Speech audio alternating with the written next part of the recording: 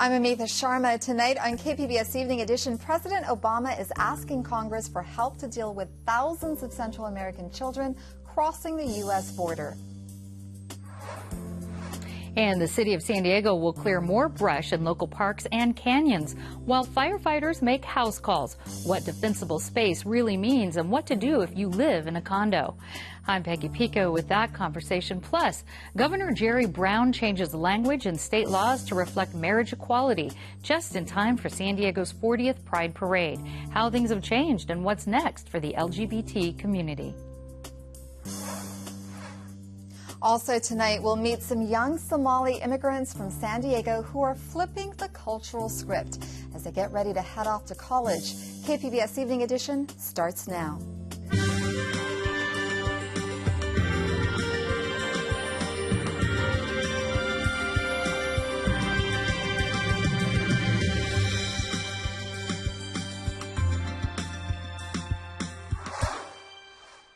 Good evening. Thanks for joining us. Dwayne Brown is off tonight. President Obama is asking Congress for help to cope with a rising tide of Central American children crossing the U.S. border. Hannah Buchdahl of the Associated Press has the story.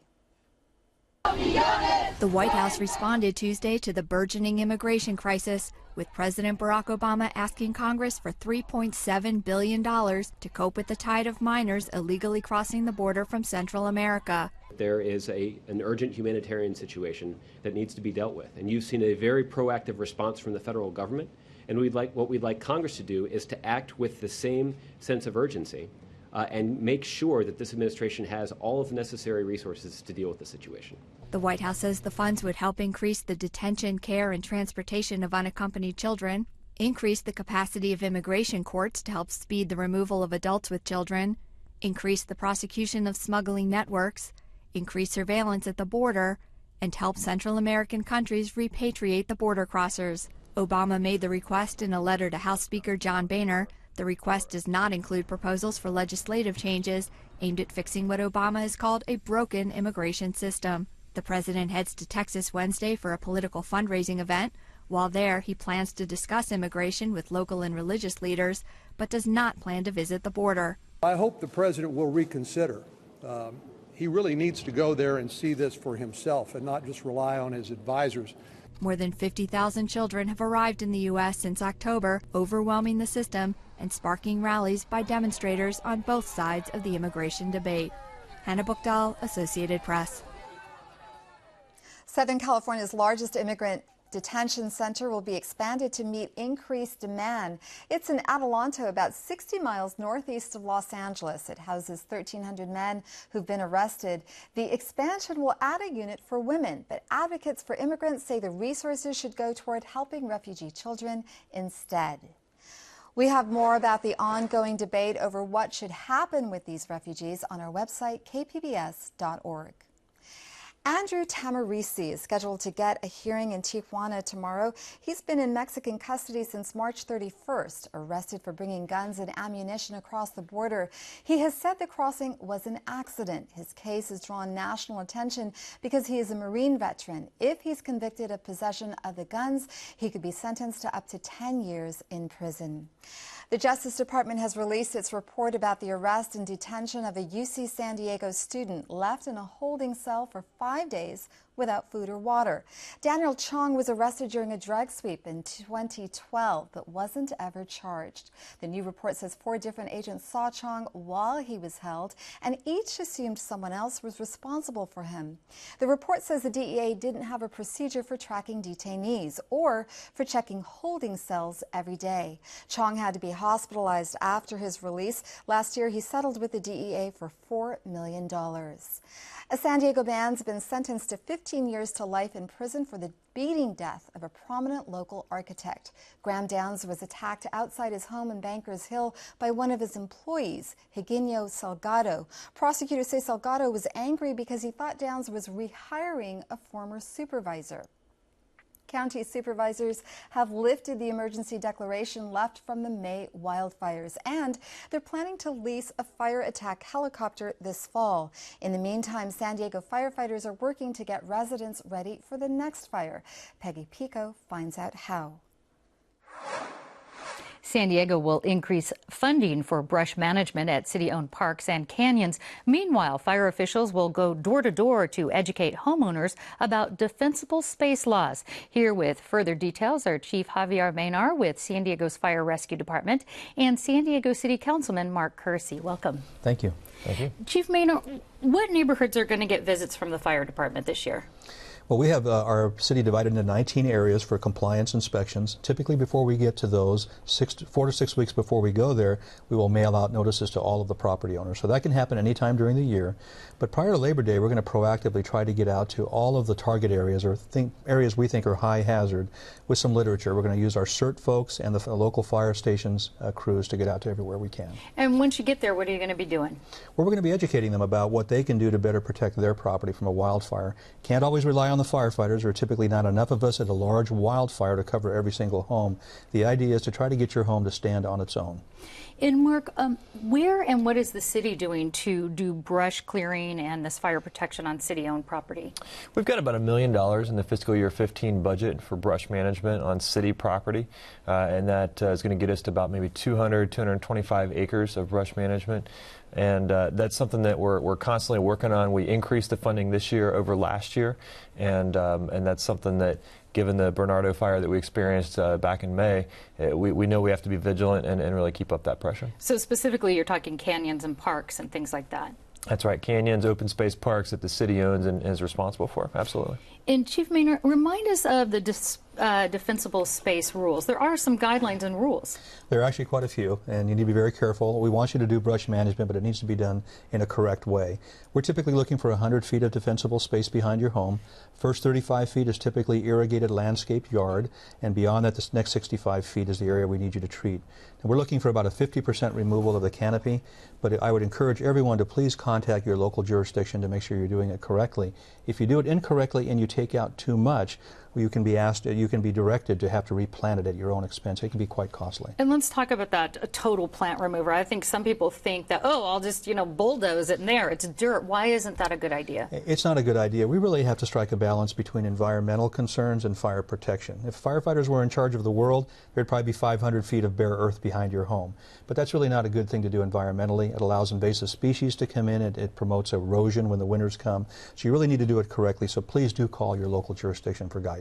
And what is this? I've heard about this sort of bowling alley action if you actually overclear space as well. Have you heard that you can actually funnel a fire in a certain direction? I haven't heard that. I mean, there's a challenge. One of the things we have is that you may do great brush management and create defensible space, but perhaps your neighbors aren't.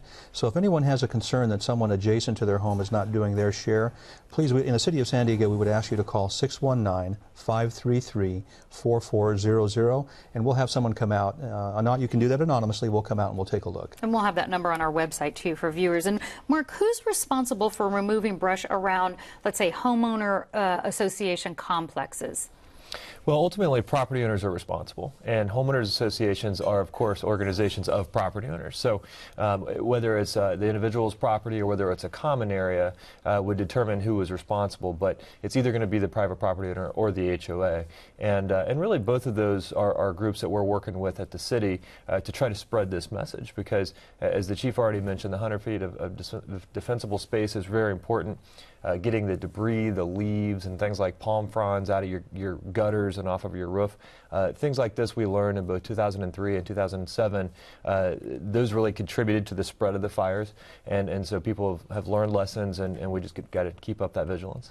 Well, Chief, who actually enforces this defensible space? Is it the fire department, the city? Who enforces it? It's actually the Fire Rescue Department. We have 6 code compliance officers who proactively look at those 42,000 private parcels, 1,600 public parcels, and we have one more inspector dedicated to handle the complaints that come in, about 2,000 a year. Okay, and Mark, how prepared would you say that San Diego is for another wildfire? I would say that we're vastly more prepared than we were in 2007, certainly than in 2003. We've been through this drill before in terms of the evacuations, in terms of what people need to be doing with defensible space, having an evacuation plan, having your papers ready to go, so that if you get that call from the police officers going through your neighborhood on the bullhorn, or they knock at your door, that you're ready to get going. People, I think, are just in better shape now, but there's always more that we can do. And whether you're talking about preparing your property or preparing your possessions, both of those need to be done, but we're definitely better off today than we used to be. All right, well, we have a lot more on our website, kpbs.org. City Councilman Mark Kersey and Fire Chief Javier Maynard, thanks so much. Thank you, Peggy. Thank you. Arizona's largest utility will pay over $3 million for violations that caused the 2011 power outage in San Diego and other parts of the Southwest. Some of the penalty will go toward the federal government, and the rest will be spent on improvements to the electrical grid. The deal with the Federal Energy Regulatory Commission is the first of many expected settlements related to the blackout.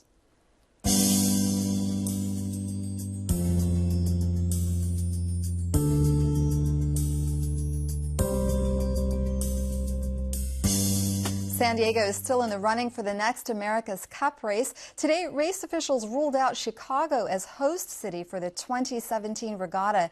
They say the wind on Lake Michigan is just too variable. The shortlist is now down to San Diego and Bermuda. A final decision is expected by the end of September. Voters in the San Francisco Bay Area will decide whether to tax sodas and other sugary drinks. Supporters say it will help fight obesity, but opponents worry about the effect on small business. The story from Robert Bumstead of the Associated Press. In the San Francisco Bay Area, a battle is brewing at the lunch counter. A new tax on sugary sodas is being proposed that has health advocates rejoicing, others raising their eyebrows. I think there's a limit to even how many regulations on human life I want. I'm trying to cut down on drinking soda. Proposals in San Francisco and the neighboring city of Berkeley would put a 2-cent tax per ounce on sugary drinks. That's 24 cents more for a can of soda, $2.88 on a 12-pack. The San Francisco City Council voted unanimously last week to put the tax up for a public vote. So these drinks have no nutritional value whatsoever. It doesn't turn off your appetite. It encourages people to drink huge amounts of sugar in a short period of time, and it's giving people type 2 diabetes. There have been at least 30 soda tax proposals so far across the country. All attempts have failed.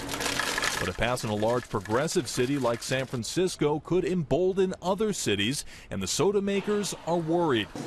Already, they're funding big marketing campaigns with names like the Coalition for an Affordable City. We are expecting a tough fight. Other local groups are speaking out to take on the negative publicity. San Franciscans are well informed, and I think that we will see that this tax is for the public good.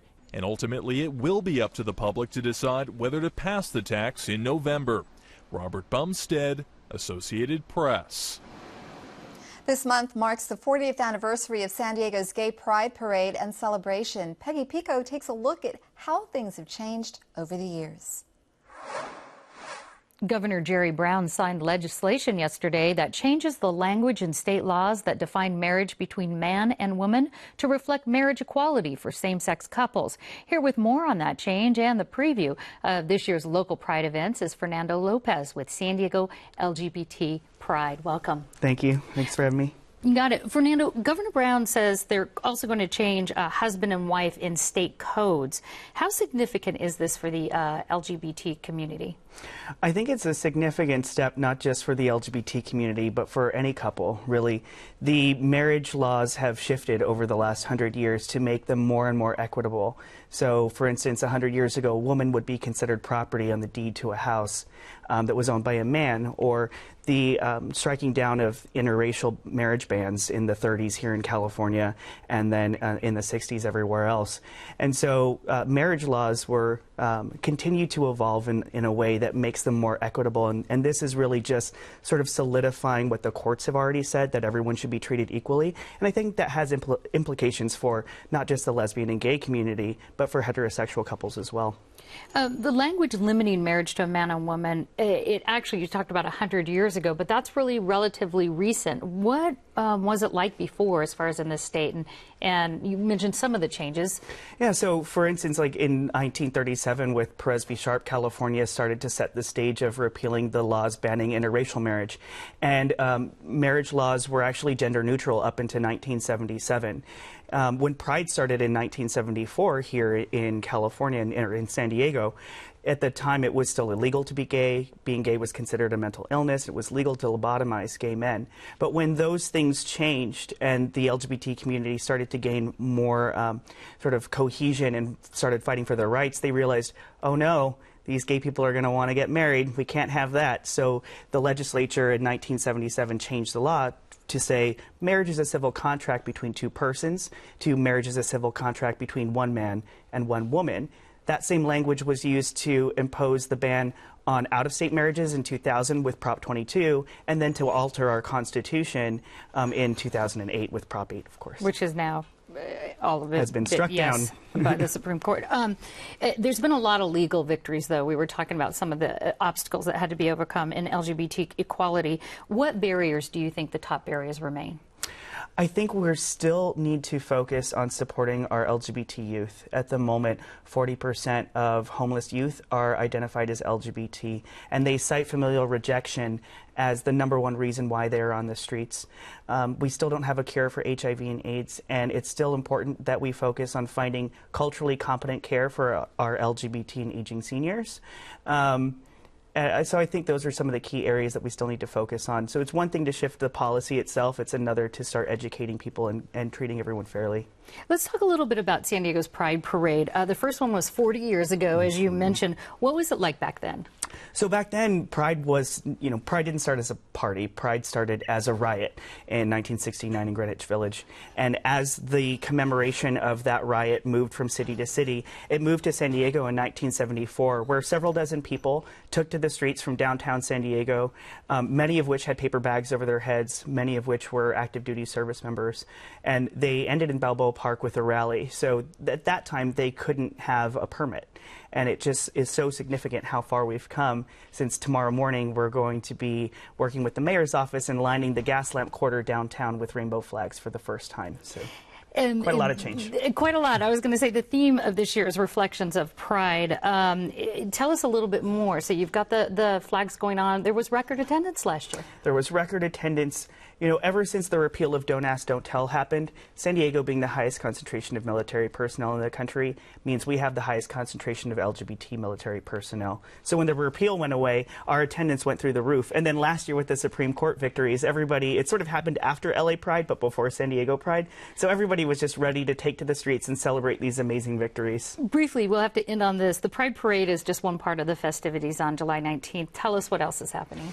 Well, there's the rally on Friday where Laverne Cox from Orange is the New Black will be the keynote speaker. And then Saturday, it's $20 to get you in the whole weekend for over 280 entertainers across 12 stages with amazingly diverse entertainment. And NASA's going to be there for the first time this year, and that's really exciting. They're going to engage with the LGBT community and particularly with our youth zone and our children's garden. All right, Fernando Lopez, thank you so much. And I want to let folks know that San Diego's Pride Parade is Saturday, July 19th. It starts at 11 a.m. and in Hillcrest and travels all the way through 6th and Laurel Avenue. For more information, go to kpbs.org.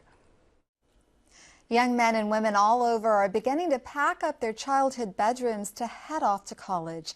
But for many Somali refugee girls, they're breaking ties with more than just the comforts of home. They're breaking cultural norms. Speak City Heights reporter Megan Burks explains. So I got honor roll. So I got one in econ, and I got one in physics, and I got one in Spanish. 18-year-old Khadija Osman just graduated from Arroyo Paseo Charter High School in City Heights. She's heading to UC Merced in the fall to study biochemistry. In Somalia, where her family is from, girls were much less likely to go to school than boys. Here in the United States, the girls are surpassing the boys in school. Generally, boys are more likely to drop out of school than girls. But leaders in the local Somali community say anecdotally that refugee boys are at a much higher risk of dropping out than the overall community. They say boys often are drawn into fights and, like many refugees, lack resources and struggle with language. For Osman and other Somali girls, the gender shift is tricky to navigate. Her family relies on her to help with the children, as is customary in the Somali culture. There's girls who would love to go to college, but because of all the responsibilities put on us, as taking care of the house and helping parents with translations and appointments, we're not able. And it's annoying because a lot of the guys take it for granted. Osman believes that's why some refugee boys drop out. School is just not a priority for them. But Oliva Espin has a different take on why boys have a harder time than girls. She's a professor emerita at San Diego State who studies psychology and immigrant women. Women find jobs immediately because women clean, cook, take care of children, take care of old people. They do the same thing they had always done. Refugee men, on the other hand, often have skills or degrees that don't quite translate to the U.S. job market. Espin's own father worked as a lawyer in Cuba, but had to get a job sorting mail in the U.S.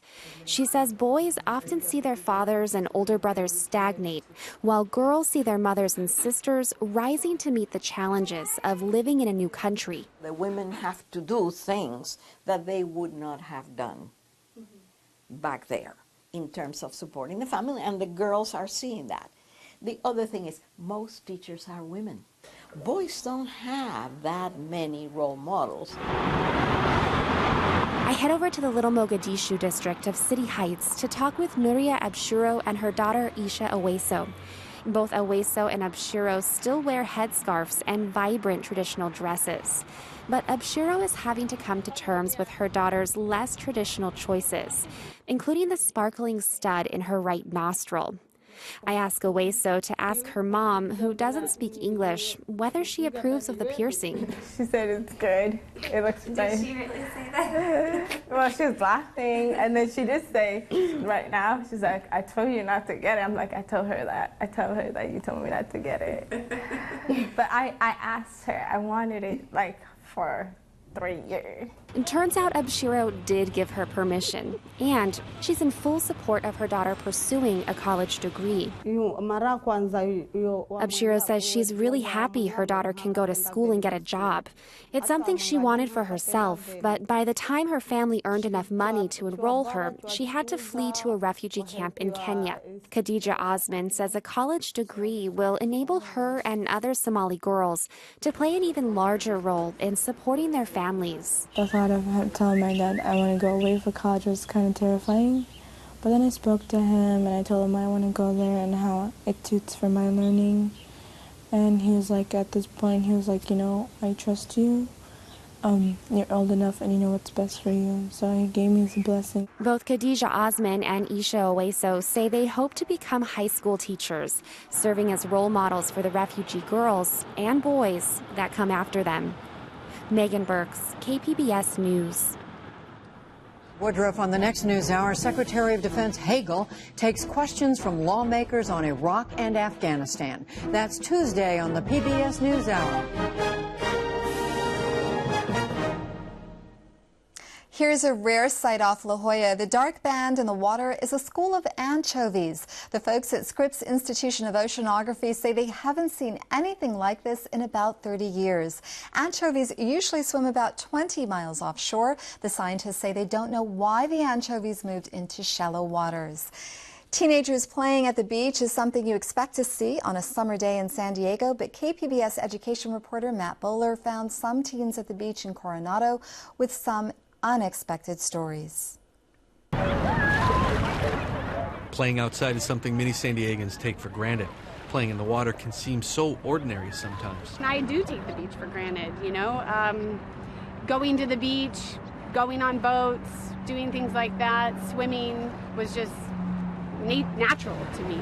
Ben McHugh from Outdoor Outreach says it's about who we are as San Diegans. I think it goes to the core of our identity as San Diegans. Is, our connection to the outdoors. But not for these new San Diegans, just yet.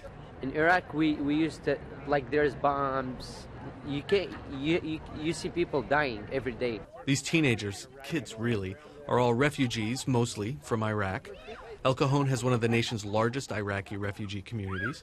They all have heroic stories about how they came to the States. 17-year-old Eval Duimka remembers when his family fled. We traveled from Baghdad to Mosul to save our lives. McHugh says it's transformative when these teens start to play outside. A lot of these kids, they come from a place where the outdoors was inherently dangerous. You know, they were told to stay inside, and so this is an eye-opening experience for them. Outdoor Outreach and El Cajon Valley High School work together with the Iraqi refugee community all year long. They help refugee teens all across San Diego learn about our outdoor lifestyle. This time they took 80 teenagers to the beach. Their goal, teach them how to kayak and paddleboard. If you keep doing it and keep falling, you're gonna learn. Everyone is learning about each other. McHugh recalls one incident where his group gained some cultural awareness. Not only did we have to teach them how to mountain bike, we had to teach them how to ride a bike. So a lot of the guys knew how to ride bikes, but in their culture, it wasn't, you know, especially for the girls, they, you know, never got the opportunity to even learn how to ride a bike. An opportunity is what it's all about for McHugh. He hopes we'll all be learning from each other for a long time to come. Matt Bowler, KPBS News. We're in for more high surf along our coast tonight and more hot, humid weather tomorrow. Temperatures will be in the mid-70s tomorrow along the coast with the usual morning clouds and afternoon clearing. Look for low 80s in the inland valleys, and it's going to be muggy. But the Weather Service says the humidity will drop through the rest of the week. There's a lot of sunshine in the mountain forecast with temperatures in the mid-80s, and desert temperatures will be very hot, topping 100 degrees for the next 3 days. Tonight's stories are online at kpbs.org/evening edition. Thank you for joining us. Have a great evening.